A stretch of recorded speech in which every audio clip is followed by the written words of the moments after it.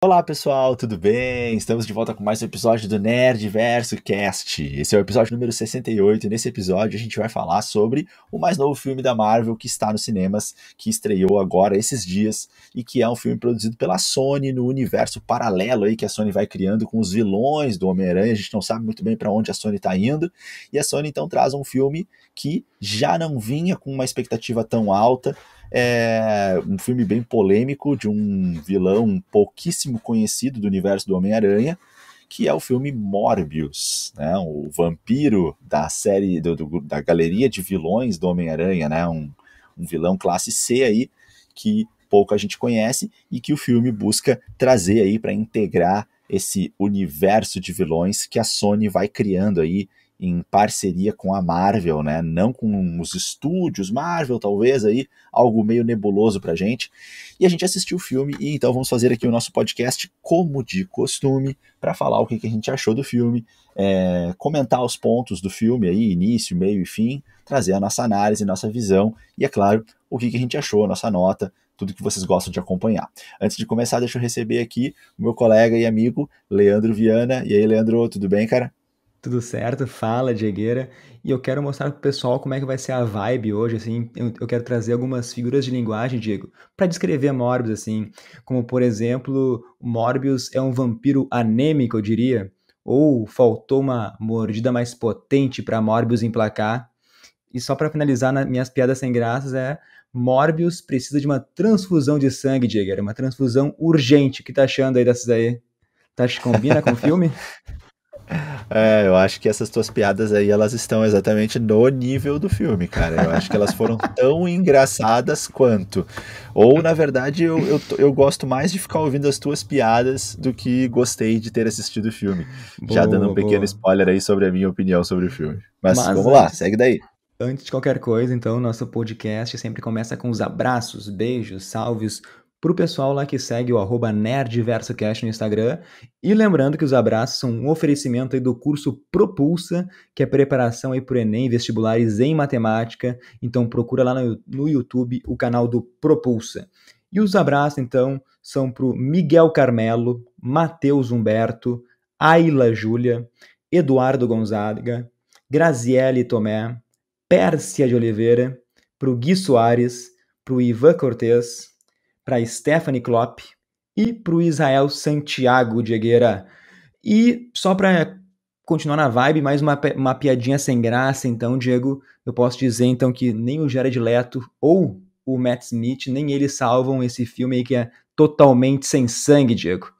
E eu vou começar assim, né, porque tem que rir para não chorar, velho. E desculpa, eu peço desculpa aí se o ouvinte gostou do filme, Diego. Sério, assim, ó, a gente precisa ser um pouco mais crítico, eu diria. Não dá pra aceitar também qualquer merda que nos mandam, porque senão, cara, os estúdios vão continuar entregando isso. Não dá pra tentar salvar Morbius. Eu vim com essas frases prontas aí, mas tipo, cara, olha por esse lado, né? O filme é um lixo, lixo, lixo, lixo, lixo. A única coisa que eu achei legal, que a gente até comentou antes de começar a gravar, foi ali a transformação do Morbius em vampiro. Eu achei que ficou show aquela caracterização, sabe? Mas eu não tô indo pro cinema ali pra assistir durante 1h30 um desfile de cosplay, né, Diego? Eu quero ver um roteiro, uma direção, uma edição legal. Mas então o Morbius chegou aí depois de muitos, muitos adiamentos, vários atrasos. Eu te confesso que eu gosto do personagem, eu acho que ele tem uma história muito legal nos quadrinhos.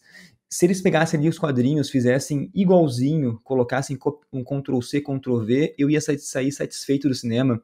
Mas o filme, cara, não tem pé nem cabeça. O Jared Leto, eu te falo que ele não tem culpa, sabe? Olhando pra ele, como eu te falei antes, né? Esquecendo o roteiro, direção, edição, CGI, colocando o Jared Leto ali numa dimensão de bolso lá do Doutor Estranho, meu. O cara é um bom Morbius, sabe? Só que todo o resto em volta dele é um desastre sem fim, velho. Venom, pelo menos tenta ser engraçado, sabe? Passa do ponto, né? Pra mim, vira um filme idiota quando o Venom ele vai lá para, ele vai ser ridículo, né? O simbionte vai pra uma festa rave lá com o Neon. Mas beleza, cara, Morbius, ele é ruim, é chato. se tu for pegar Cavaleiro da Lua, que estreou essa semana, aí, meu, consegue ser mais engraçado, mais assustador, consegue ser algo assistível, cara, me desperta, assim, mais curiosidade, entusiasmo. Sei lá, Diego, fala aí um pouco das tuas experiências antes da gente entrar aí nos spoilers do filme. Vamos lá, então. Cara, eu não gosto de dizer assim, o filme foi uma merda, foi uma bosta, foi um lixo. Eu acho isso um pouco agressivo. Mas ao mesmo tempo que eu acho agressivo, porque a gente pensa que muita gente trabalhou nessa produção, tem muito dinheiro envolvido, tem pessoas que tentaram fazer alguma coisa aí. Ao mesmo tempo, eu penso, cara, nós estamos em 2022, não foi hoje nem ontem que as pessoas começaram a fazer filmes, né? Já existe aí uma grande experiência por trás, né? Então, me parece, assim, um pouco de relaxamento. Eu fico um pouquinho realmente irritado, assim, né? Com ver o relaxamento aparente com o qual parece ter sido feito esse filme, assim. Um roteiro me parece muito, muito, muito relaxado, muito pobre, assim, feito parece que ou às pressas ou muito descuidadamente, pouco revisado, não sei dizer, assim, qual seria a causa, né, mas a consequência foi catastrófica. E é difícil encontrar pontos positivos no filme, né? Eu concordo contigo que a caracterização do vampiro ali, ela tá interessante, né? Não digo que tá espetacular, não é isso, mas tá interessante, tá legal, seria um ponto Tá positivo no filme, aceitável, né? né? Aceitável, acho que é uma boa palavra. No início do filme ali, quando começamos a ver os primeiros efeitos especiais, é legal. O primeiro momento, né, de surgimento do vampiro ali, e aquela cena no navio, é um pouco interessante ali, a gente tem alguns sustos. Eu até confesso que levei um pequeno susto, por exemplo, na morte da enfermeira mais pra frente, né? Ó, Né, um ó. pequeno sustinho ali e tal. Até pensei, pô, tá, beleza, legal, um sustinho. Mas assim, são pontos, assim, sabe, que a gente tem que pensar que são positivos.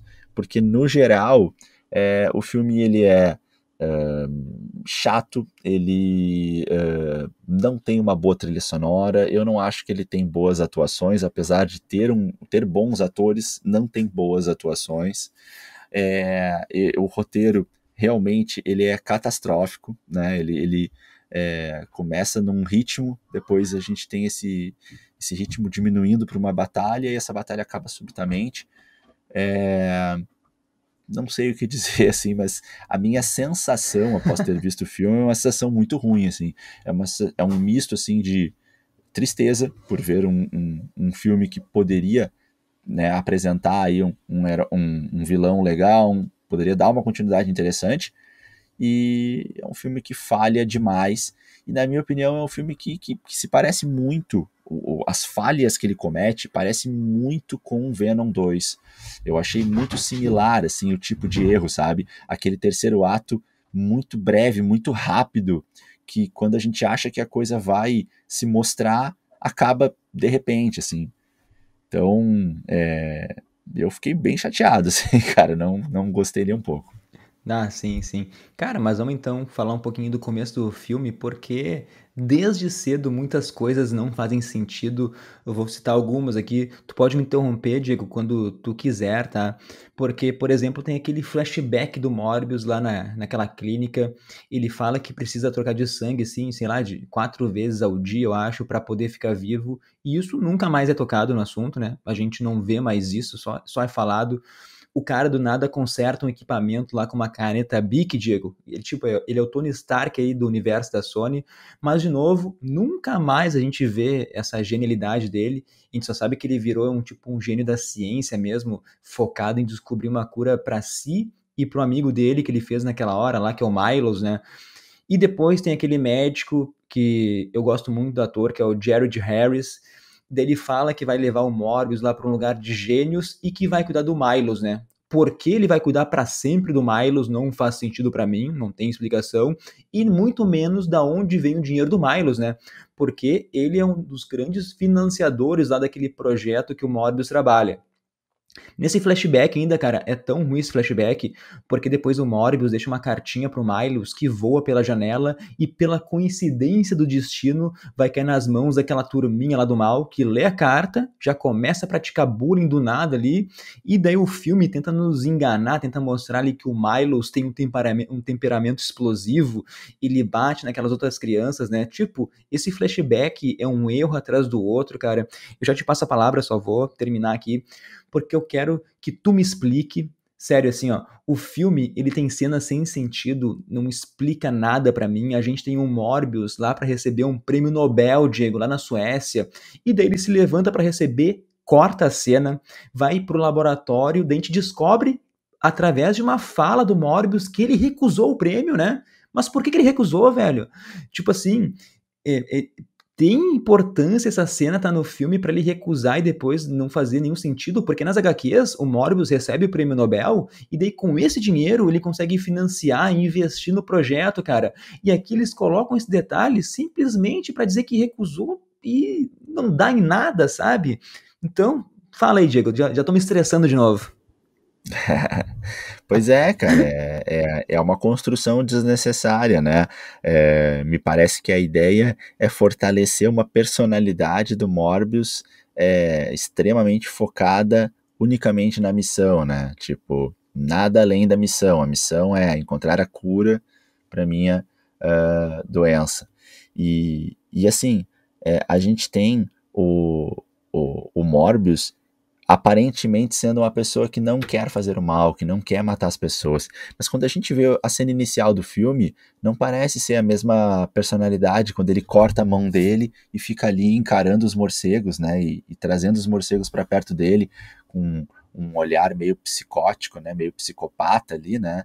Enfrentando os morcegos todos. Cara, para mim aquilo não bate com a personalidade que em outros momentos ele defende ter, né? De tipo, não quero fazer o mal, eu quero me segurar, eu quero só consumir o sangue azul, eu quero então agora me matar, porque senão eu sou uma ameaça para a humanidade.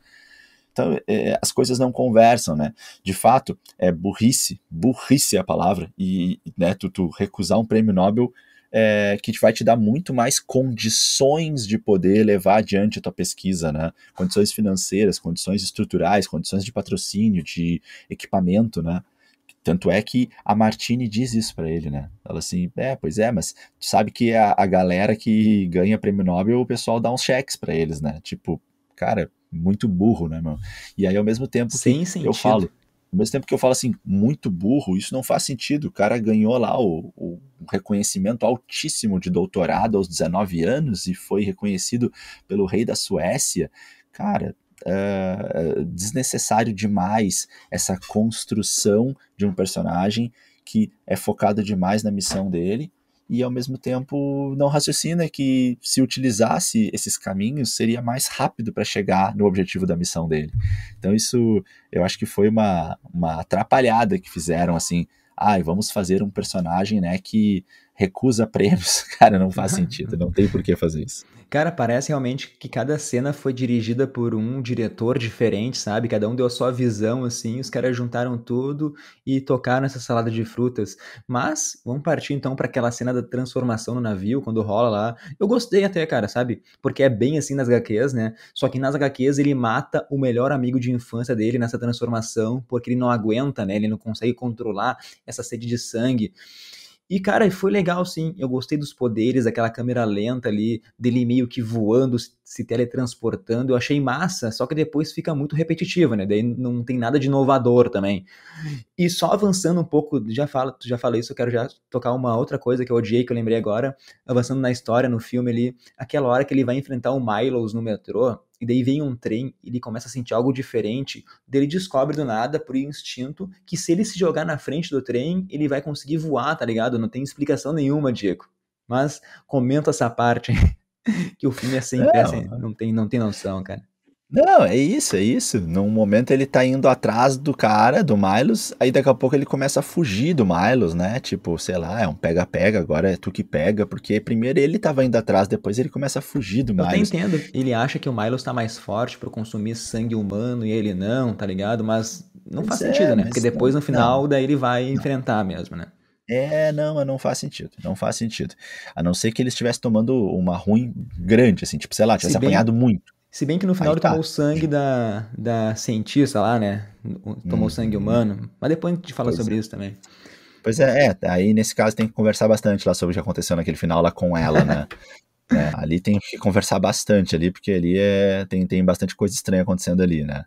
Mas vamos lá, onde é que nós Ah, estamos aí na nossa eu conversa? posso falar do vilão, então, já? Seguindo, Claro, seguindo. Cara, então, claro. O Matt Smith é o vilão. Eu acho ele um baita ator, né? Aliás, ele vai estar e vai ser um dos principais da nova série derivada de Game of Thrones, né? Que é House of Dragon. Então, cara, tem tudo pra ser uma das melhores séries do ano aí. O cara, ele até parece estar se divertindo no papel, porque ele tá pensando assim, que merda que eu fiz em aceitar esse roteiro. Então ele se entrega ali, né, meu? Ele tá tipo ali, tá na chuva, é pra se molhar, vamos que vamos. E o plot dele, meu, é muito confuso, porque ele é um jovem problemático lá, que ele deixa assim.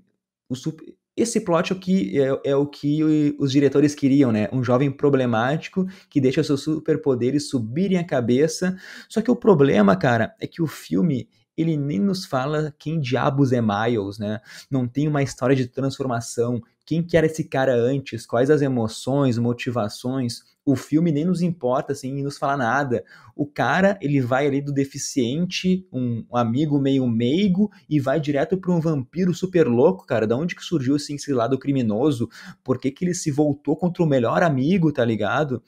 E, tipo, meu, tem duas cenas que eu vou até mencionar agora, Diegueira, que é uma conversa nada a ver lá no meio da rua do Morbius e do Miles, né? Sobre o Morbius não se apaixonar pela colega de trabalho, não sei o quê. Tipo, uma fala nada a ver. Daí depois, lá no final, o Morbius e a doutora, eles estão flertando. Eu acho que até nessa hora que eles se beijam, né? Um beijo tri-anticlímax, né? E daí foca no Miles de longe, observando, olhando eles, ficando com ódio, com ciúmes. Cara, que cena é essa, velho? Tipo, que edição bosta foi essa? E também outra cena, cara, que é da transformação do Milos, Diego, que ele vai lá procurar o Morbius, né? Tipo assim, algo bem conveniente, porque parece que o cara nunca sai de casa, mas beleza, eu relevo. E daí ele dá o sangue genérico lá, e daí, em algum momento ali, que eu não sei qual que é, ele rouba as amostras do Morbius, que vão transformar ele em vampiro, e daí eu acho que tem dois erros. Porque o primeiro é o Morbius, ele deixou algo tão importante em cima da mesa para qualquer um ver. O cara é um cientista, o cara é um gênio. Ele tá ligado, né, meu? E depois, velho, o Milos, ele sabe. Como é que ele sabia que aquelas amostras em cima da mesa eram as amostras que curaram o Morbius? Como que ele se injetou? Porque a gente viu o processo lá no navio, né, cara? A médica lá, a cientista lá, o interesse amoroso do Morbius, ela teve que injetar na coluna do Morbius, ele estava todo debilitado. Então, quem injetou no Milos e onde que ele injetou? Porque esse estudo experimental, cara, é proibido, por isso que eles foram para essas águas internacionais fazer isso. Cara, o filme, ele nem se esforça em explicar nada, velho. Ele só joga, toma, isso aconteceu, essa é a nossa verdade. Mas fala, Diego. Fala que dá pra ver minha emoção ao ver o filme. Não, cara, gostei muito dessa tua análise, achei muito legal essa tua análise aí, gostei muito de te ouvir agora, muito, muito coerente, muito lúcida essa percepção que tu trouxe aí, gostei muito de acompanhar essa leitura que tu fez, realmente. Fiquei tentando achar explicações e até consigo achar, mas eu preciso ser muito criativo, o filme não me traz isso de maneira natural, né? Eu preciso pensar que, bom, no final do filme, a Martine falou para ele, você é o nosso maior investidor, né, o nosso maior benfeitor. Então isso significa que ele já está há tempos investindo na empresa e isso significa que ele tem livre acesso à empresa e às informações da empresa. Fica essa linha de pensamento subentendida a partir dessa frase, né? Então, bom, ele tem dinheiro e ele tem acesso à empresa. Se ele tem dinheiro, ele pode muito bem contratar uma outra pessoa para injetar nele. Mas mesmo assim, não é qualquer pessoa que vai saber fazer isso, não é um procedimento simples que qualquer enfermeiro faz, né? É um procedimento muito diferente que provavelmente só o Morbius e a Martini sabem fazer, né? Então não faz muito sentido isso. Uma outra teoria que eu trago é que a enfermeira que justamente ele mata e que trabalha há 7 anos com o Morbius, como ele mesmo diz depois lá para os detetives, lá para o crowd, aquela enfermeira, né, que se não me engano o nome dela é Emil, deixa eu ver se eu encontro aqui, a Emil Nikos, ela também trabalha junto com a Sério que o Martini nome e com dela o é Emil Morbius. Nichols? Se eu não me engano, esse é o nome. Acho que Emil Nichols é o nome do amigo do Morbius, que o Morbius mata depois que ele Isso, se na versão das transforma. HQs. Isso. Nos HQs é o amigo. E aí no filme, então, eu não sei se é esse mesmo nome dela, mas ela seria uma representação, né? Não tão próxima quanto é o amigo dele nas HQs, mas seria uma adaptação do filme. Tanto é que o Morbius fala, éramos nós três. Era eu, a doutora Martini e a enfermeira. Eu acredito que assim, tentando explicar o que pode ter acontecido, que o Lucian, né, o Milo, ele foi na enfermeira, já que ela não estava tão envolvida com o Morbius quanto a Martini, e nessa enfermeira, então, que ele consegue, de alguma maneira, convencer ela a dar o soro nele. E aí a gente vê aquela cena, então, do corredor dela voltando sozinha no escuro, né, Leandro? Tipo assim, aparentemente fazendo algo às Sim, sim. escondidas, ou ela estava sozinha e tal lá. Então fica assim, essa possibilidade de construção, uma teoria. É uma teoria, veja bem, não é nem uma interpretação. Eu estou teorizando o que poderia explicar numa tentativa aí desesperada de explicar alguma coisa que podia ser melhor explicada no filme, né, cara? Porque senão fica realmente muito sem nexo, né? Cara, e além disso, o filme ele desperdiça ali os personagens. Tem um mentor lá, que é o Jared Harris, a cientista ali barra interesse amoroso. Nada que eles fazem tem certa importância no filme, sabe? O cara morre do nada lá. Ele morre, ele cuidou a vida toda do Milos, o Milos se irritou e matou ele. Beleza. Aliás, Diego, tem uma coisa que aconteceu em Venom 2, acontece aqui, que a Shiriek, ela se transforma lá no final, né? Que tem aquela cena, ela abrindo os olhos, né? E de novo aqui a cientista, ela abre os olhos, dando a entender que se transformou em uma vampira. Mas eu te pergunto por quê, cara? Por que que ela se transformou e nenhuma outra pessoa se transformou? É porque só o Morbius chupou o sangue dela ali e não matou? Mas precisava disso, cara? E se ela morresse, pra mim, faria muito mais sentido. Não sei o que tu tem pra me dizer. Pois acho que foi uma tentativa desesperada aí, que eu não consegui entender também com tanta clareza, e é isso que eu queria conversar contigo, da Sony, em puxar mais referência, né? Porque nas HQs, a Martini, ela se torna uma vampira, né? Inclusive, ela é conhecida como a verdadeira vampira, né? Até vem esse título, assim, de verdadeira vampira, como título dado para Martini quando ela se transforma em vampira e adquire poderes nas HQs, né? Então acho que aí a Sony tentou trazer um pouco isso para o filme, mas a não ser que isso seja explicado no próximo filme, não tem explicação nenhuma coerente de como isso aconteceu. Eu te confesso, cara, que eu acredito mais na seguinte possibilidade. Para mim faz mais sentido, mas nada disso está claro no filme. Para mim faz mais sentido o Milos ter transformado ela à força em vampira, tá?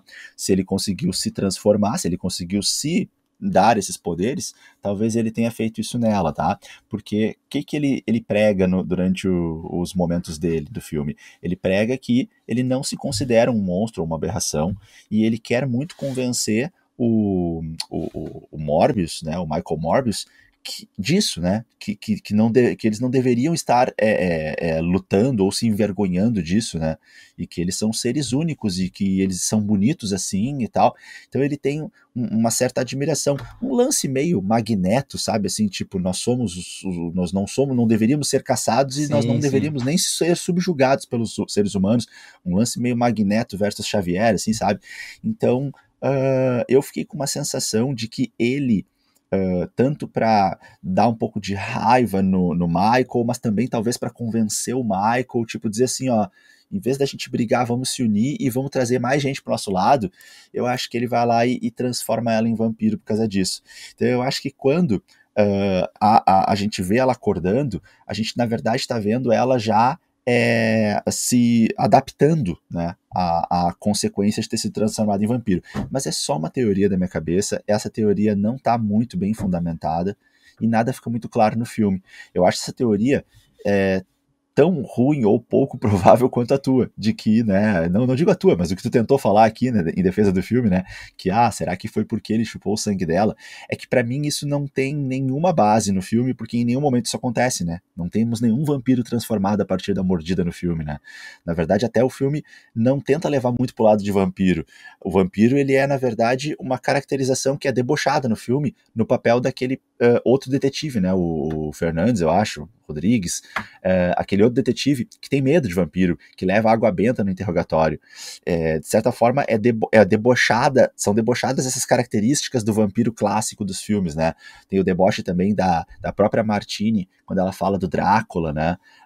Temos o deboche dela quando ela tá com o café, conversando com ele, e ele brinca com ela como se a luz afetasse ele. Então, em vários momentos, o filme tenta mostrar pra gente que o vampiro que a gente vê no Morbius não é o vampiro clássico que a gente vê nos filmes da água benta, do alho, do crucifixo, da prata. Não tem nada disso. Na verdade, é apenas uma associação que a gente faz, porque o Morbius, nesse filme, com o que a Sony nos conta nesse filme, o Morbius não é um vampiro.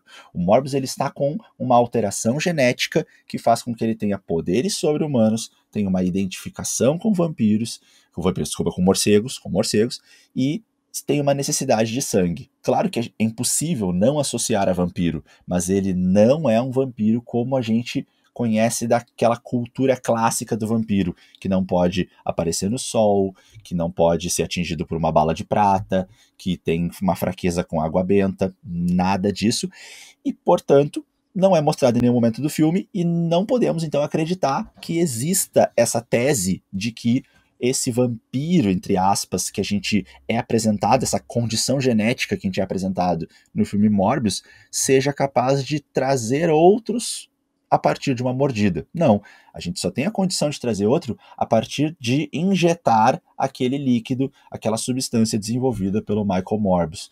Então, pra mim, cara, eu não consigo acreditar que ela possa ter se transformado numa vampira a partir de uma mordida, mas eu consigo acreditar que ela possa ter se transformado numa vampira a partir de uma forçada transformação a partir do Milo, forçando ela a isso, né, injetando nela a força, a substância. Então, quando o Morbius morde ela, ele toma sangue de vampiro, então. Sim, acredito que sim. Loucura. Acredito que sim. E tu falou dos policiais ali, né, meu? Tipo, os agentes do FBI eles não servem pra nada, velho. Eles só prendem o Morbius, depois o Morbius escapa da prisão. Eles aparecem na cena do crime. Depois que todo mundo morreu ali, todo o sangue foi drenado. Eles conversam sobre coisas que a gente já sabe. Sério, velho. Sério. Os caras, coitado lá do nosso Velozes e Furiosos, como é que é o nome dele mesmo? O Tyrese Gibson. O Tyrese, coitado, velho. No filme é o Crowd, né? Por sinal, é um personagem que também tá nas HQs, viu, Leandro? Eu só não tenho muita informação sobre ele, mas o Crowd também tá nas HQs. Esse nome aí. Mas, vamos Outra referência que a gente pode trazer, Leandro, das HQs é o Laboratório Horizonte, né? Eu não vou falar muito aqui, mas o Laboratório Horizonte, que é relatado no filme, que é o laboratório onde trabalha o Michael Morbius e a Martini, Martini Bancroft, esse laboratório ele existe nas HQs mesmo, tá? Ele existe no universo da Marvel, dos quadrinhos, nos quadrinhos ele tem uma importância bem maior do que é dada no filme, né? Nos quadrinhos ele é aí uma empresa líder em tecnologia científica e que inclusive em certos momentos aí da história das HQs existem 7 grandes cientistas que são os grandes aí líderes desses laboratórios Horizonte, e cada um deles tem um laboratório individual com uma permissão da empresa, assim, tipo uma carta branca para elaborarem o que quiserem, e aí armas e equipamentos muito sofisticados com tecnologia altíssima, química, biológica, tecnológica, são fabricados nesse laboratório. Mas aí mais detalhes aí tem que pesquisar um pouco mais, eu vou parar por aqui, apenas trazer essa contribuição de que é uma referência que a Sony fez, mas uma referência bem, bem pequena, né? No filme a gente só vê esse pequeno viés aí, né, do laboratório, nem dá para se pensar que é um laboratório tão tecnológico assim pelo que a gente vê no filme, né? A própria fundação lá do Venom parece ser muito mais tecnológica do que o Laboratório Horizonte. Verdade, verdade. Mas vamos para nossa luta final, Diego, porque daí é aquele clássico herói que luta contra um vilão que é o seu próprio clone, entre aspas, né? É um vampiro contra outro, é uma luta confusa, o plot é horrível, né, meu? O Morbius não quer que o amigo ali vire um vampiro que mate todo mundo, mas quando que o Morbius se importou com isso, né? Mas a luta, velho, a luta ela é muito escura, CGI muito ruim. Eu ainda vi numa tela IMAX, meu, não enxerguei quase nada, me esforcei ali pra tentar entender o que estava acontecendo, Diego. E daí do nada, o Morbius, ele chama um monte de morcego, sério. Esse cara não tem explicação de onde ele tem esse dom de chamar morcego, né? Sei lá, eu deveria entender isso quando ele tá naquela cápsula, que os morcegos não mordem ele, é daí que eu tinha que entender isso.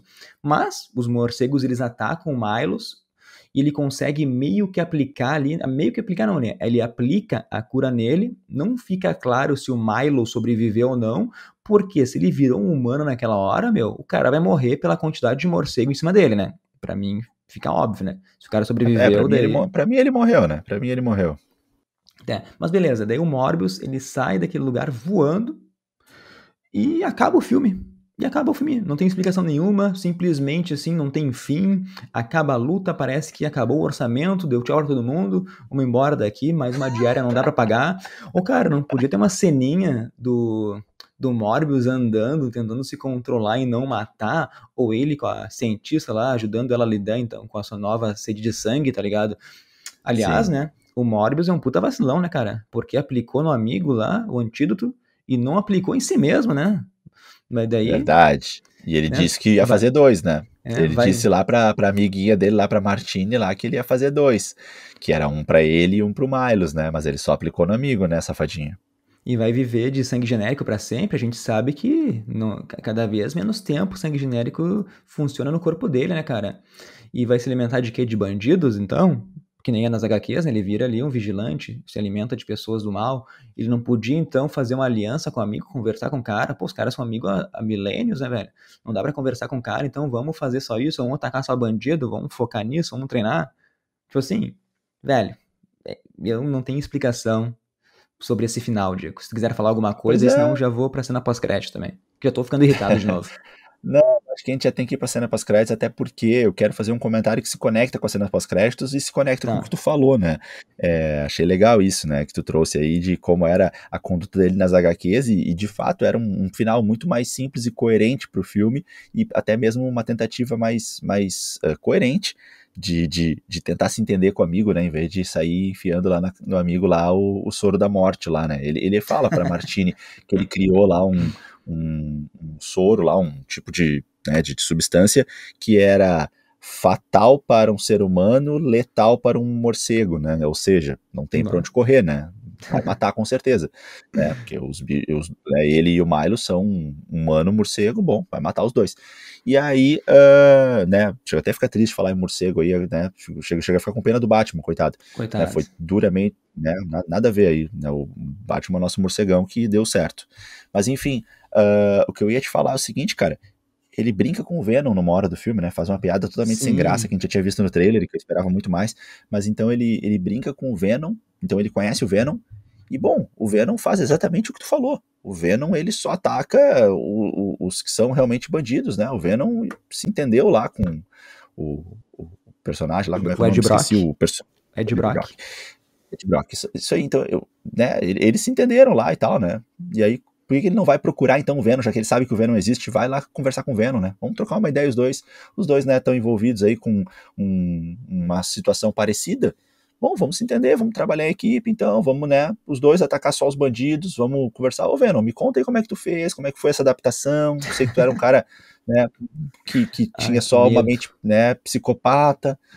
Então, poxa, podia até lá trocar uma ideia com o Venom, né? Mas não, né? Olha as amizades que ele vai fazer. Ele vai fazer amizade com o Adrian Toomes, né? O nosso querido, não sei como, troquei de universo, né? Mas O cara foi lá e vamos explicar as cenas pós-crédito, Diego, pra quem não viu o bora lá. filme. Porque Não, me explica porque eu não entendi. o filme tava ruim, até o final tava ruim. Quando chegou as cenas pós-crédito, ficou uma bosta, pior ainda. As duas cenas deixam o filme pior do que ele já é. Não é nem que nem Venom. Venom chegou a cena pós-crédito, foi a única coisa boa. a cena pós-crédito de Venom. Não, essa cena pós-crédito estraga mais ainda. Bom, a primeira cena pós-crédito começa com aquele céu roxo, o mesmo que a gente viu lá em Homem-Aranha Sem Volta pra Casa, mas dessa vez é na cidade do Morbius, né? Daí a gente vai pra uma cela da prisão onde o Adrian Toomes, o Abutre lá do primeiro filme do Homem-Aranha, ele é teletransportado para esse lugar nessa nova realidade.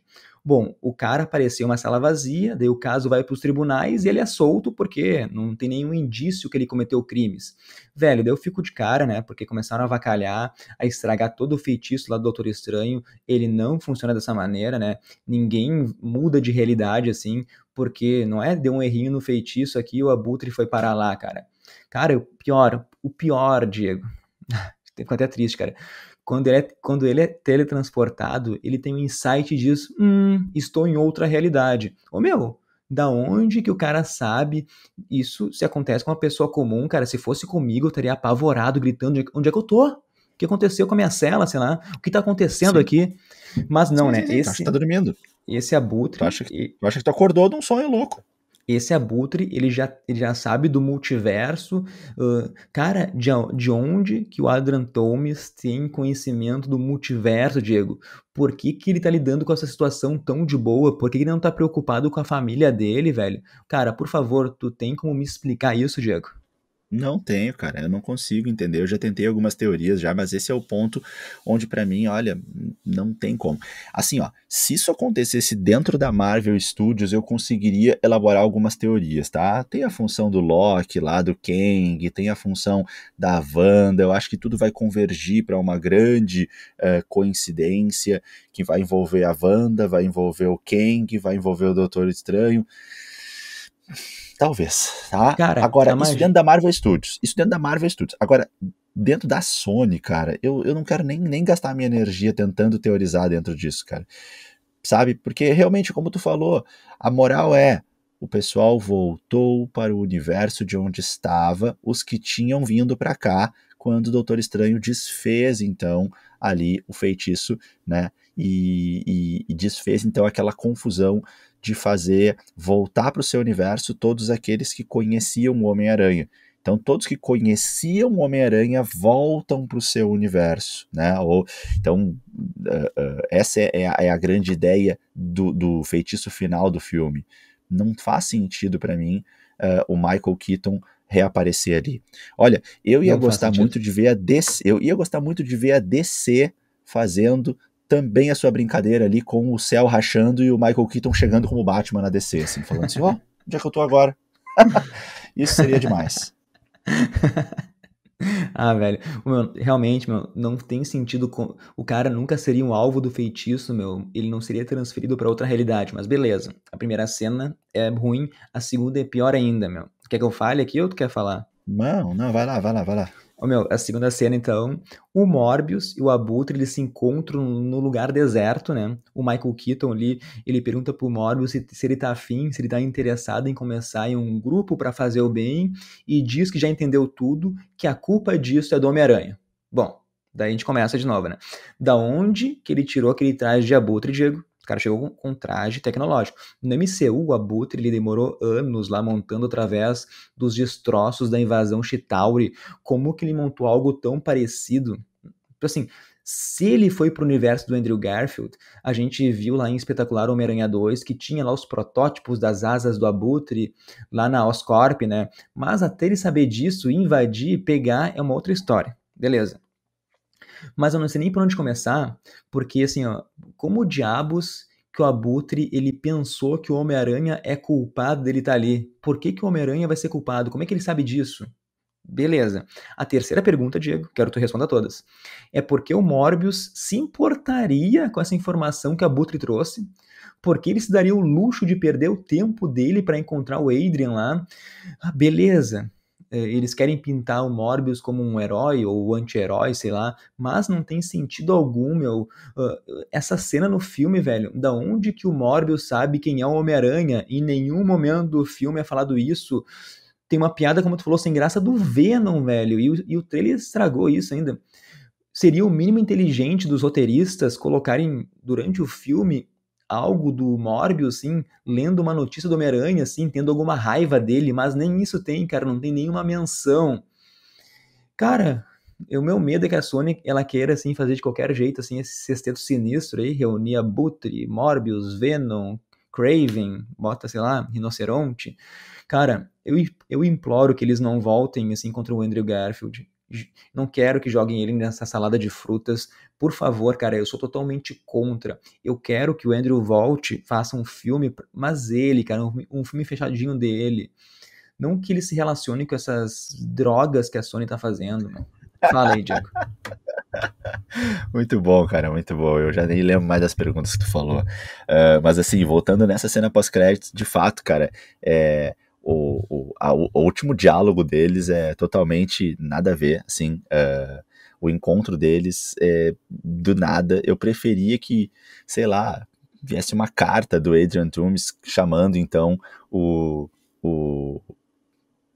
Morbius pro encontro e a gente visse essa Mas por carta. quê, Essa velho? Por carta que que podia vir mandaria uma carta como. pro Morbius, velho? Por quê, velho?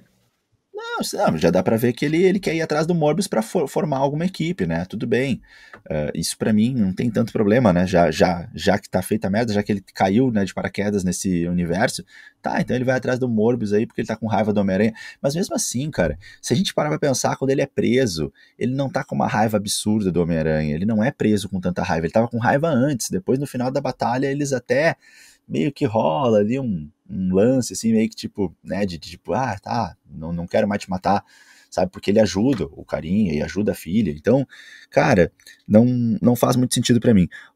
Outra coisa, né, cara, por que o Morbius tá dirigindo aquele carro, né, meu, se ele pode voar, que é muito mais rápido e legal, né, sabe, tipo, Ai. vão ver ele voando, é isso? Não vão, os caras não conseguem ver ele nem na frente, assim, Estão voando, numa e estrada ele tava no deserta, deserto. né? E ele tava no deserto, então, tipo, sabe, de repente o Ai, ai. Morbius curte aquele carro, né, cara, mas, cara, é Ah, uma série de incoerências, assim, misturadas, sabe, nossa, cara, parece que chamaram, assim, alguém muito amador e disseram assim, ó, a gente não pode perder a oportunidade de se colar no Homem-Aranha longe de casa e aproveitar tudo isso e vamos se colar na Marvel, vamos junto e vamos fazer de qualquer jeito. Mas a gente só tem 10% do orçamento deles. Não tem problema, a gente bota umas falas do Homem-Aranha ali, a gente mete o Venom, a gente faz uns efeitos especiais e vai dar tudo certo. Parece um lance mega amador, cara, assim, feito por uma galera, cara, infelizmente, muito tristeza. desqualificada. E, cara, vem aí a última caçada de Kraven, né? Vem aí Ah, velho. Kraven, o caçador, né? Então, vamos Ô, se meu, preparar mais uma vez aí para mais um filme muito ruim que vem pela frente. ô, meu, a melhor HQ que eu li do Homem-Aranha na minha vida é a última caçada de Kraven. Kraven, pra mim, é foda demais. Ah, velho. Que triste, meu. Amiguinho, se eu fosse tu, ficava na HQ. Eu acho que, infelizmente, não dá pra esperar muita coisa, não. A Sony vai ter que fazer um filme muito bom pra começar a limpar a barra dela nesse universo. Por enquanto, as Mas coisas vão veremos. de mal a pior. Veremos. A minha Veremos. expectativa fica, realmente expectativa mesmo, minha expectativa é com Aranha Verso. Só. Ah, não. Isso aí a Sony sabe fazer. A animação Aranhaverso, a Sony sabe fazer. Eu não entendo, velho. Eu não entendo como é que eles conseguem fazer uma coisa tão boa e uma coisa tão ruim. Eu Mas, acho que falta um cara, pouquinho de experiência, falta umas grandes cabeças lá dentro, e acho que a equipe que fez Aranha Verso é uma equipe boa. E a equipe que tá trabalhando nos Venoms e que trabalhou também no Morbius é uma equipe, infelizmente, muito ruim. Pra mim, essa é a explicação. a minha. Vou falar já, vamos acabar esse podcast, Diego. Porque as minhas considerações finais eu falo em uma frase só que esse filme aí chegou com um atraso de pelo menos 20 anos, cara. Se ele fosse feito há 20 anos atrás, eu acho que a gente poderia gostar dele.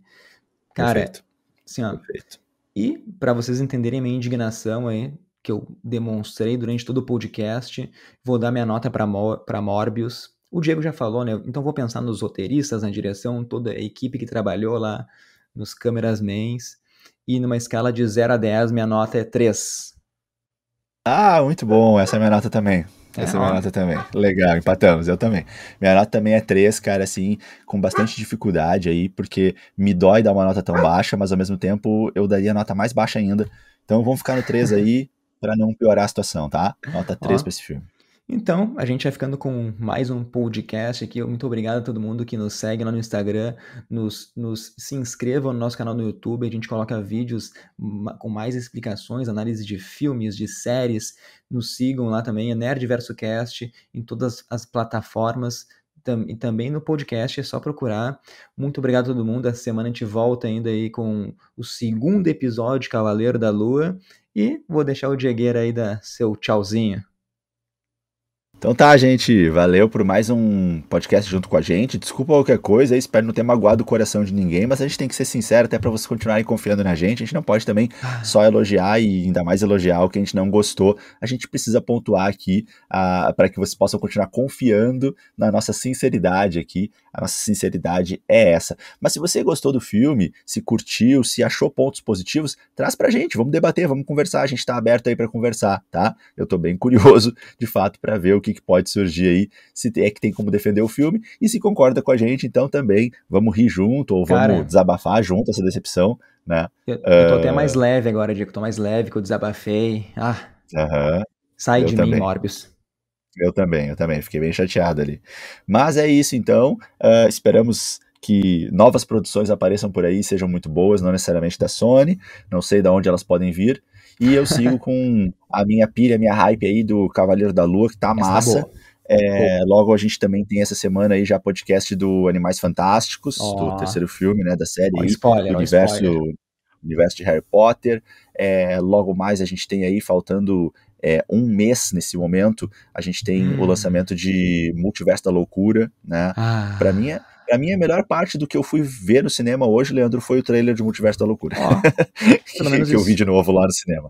Mas é isso então, gente. Agradeço demais aí a companhia de vocês, a parceria. Nos vemos nas redes sociais e também, claro, nos nossos próximos podcasts. Um grande abraço a todos e até a próxima. Valeu, galera. Tchau, tchau. Tchau, tchau.